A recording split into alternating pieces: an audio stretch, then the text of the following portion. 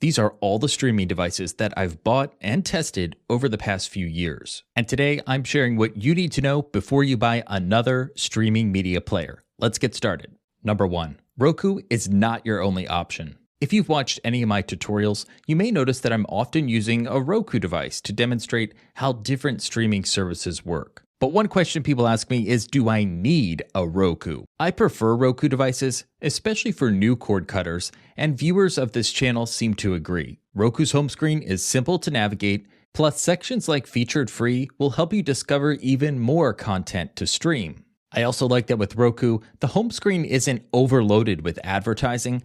That said, if you've already got a streaming device from another brand and you like using it, I am not saying that you need to switch to Roku. Quite the opposite, in fact. On michaelsaves.com, I wrote that the best cheap streaming device is probably the one that you already have. Amazon Fire TV, Apple TV, Chromecast with Google TV, they're just a few of the Roku alternatives that I've tested. Let me know your favorite down below in the comments. Number 2, confirm that your favorite apps are supported. You can check for this info directly with the streaming service. Here's an example. YouTube TV lists supported devices right on its website. And another option, go to the website for the device maker and search their app store to see if a service is available. Here's what the search feature of Roku's website looks like. The most popular apps are typically supported by all of the major device makers, but there are exceptions, so it doesn't hurt to double check. Let's move on. Number 3 today, you may not even need to buy a streaming device at all. You heard that right, so let me explain. If you own a smart TV that has access to all of your streaming apps, you technically won't need an external streaming media player. For example, I've got a Samsung TV and I can use its Tizen operating system.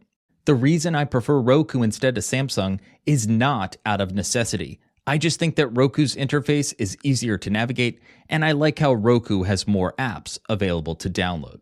We're already up to number 4, and that is to never overpay for a streaming device. So many companies are competing for your business that you'll never have trouble finding a deal on a streaming device. Black Friday is a great time to make a purchase, but deals they happen year-round. When I'm shopping, I look for a discount of 30% to 50% off the regular price, and that's for the latest model year of the device. And here's another savings tip. Amazon has a program that gives you a 20% discount on a new Fire TV device as long as you trade in select streaming devices. Number 5, skip the cheapest available option. This channel is all about saving you money, but a few dollars, they can really make a big difference when you're purchasing a streaming device. Let's take Roku, for example. At recording time, the cheapest model is called Roku Express, and the device features HD streaming and a simple remote. But the Roku Express 4K Plus, well, it offers 4K video and a voice remote that has TV controls. There's only a $10 difference in the regular price of these two devices, so in this case, I'd go with the Roku Express 4K Plus. And while I like the Roku Express 4K Plus and use it for a lot of my demonstrations, if you want a more powerful Roku option, you can always opt for the Roku Ultra. So whether it's Roku or another brand, start with the second cheapest option to avoid too many compromises. And I also like to avoid discontinued models, ones that you may find on clearance. Number 6, look beyond Amazon if you want to find a deal. Best Buy has become my favorite place to purchase TVs and streaming devices. Let me explain. Here is the Roku Streaming Stick 4K, another Roku device that I like. It's on sale for the same price at Amazon and Best Buy, but Best Buy is throwing in some additional offers. 3 extended trials for streaming video and music services.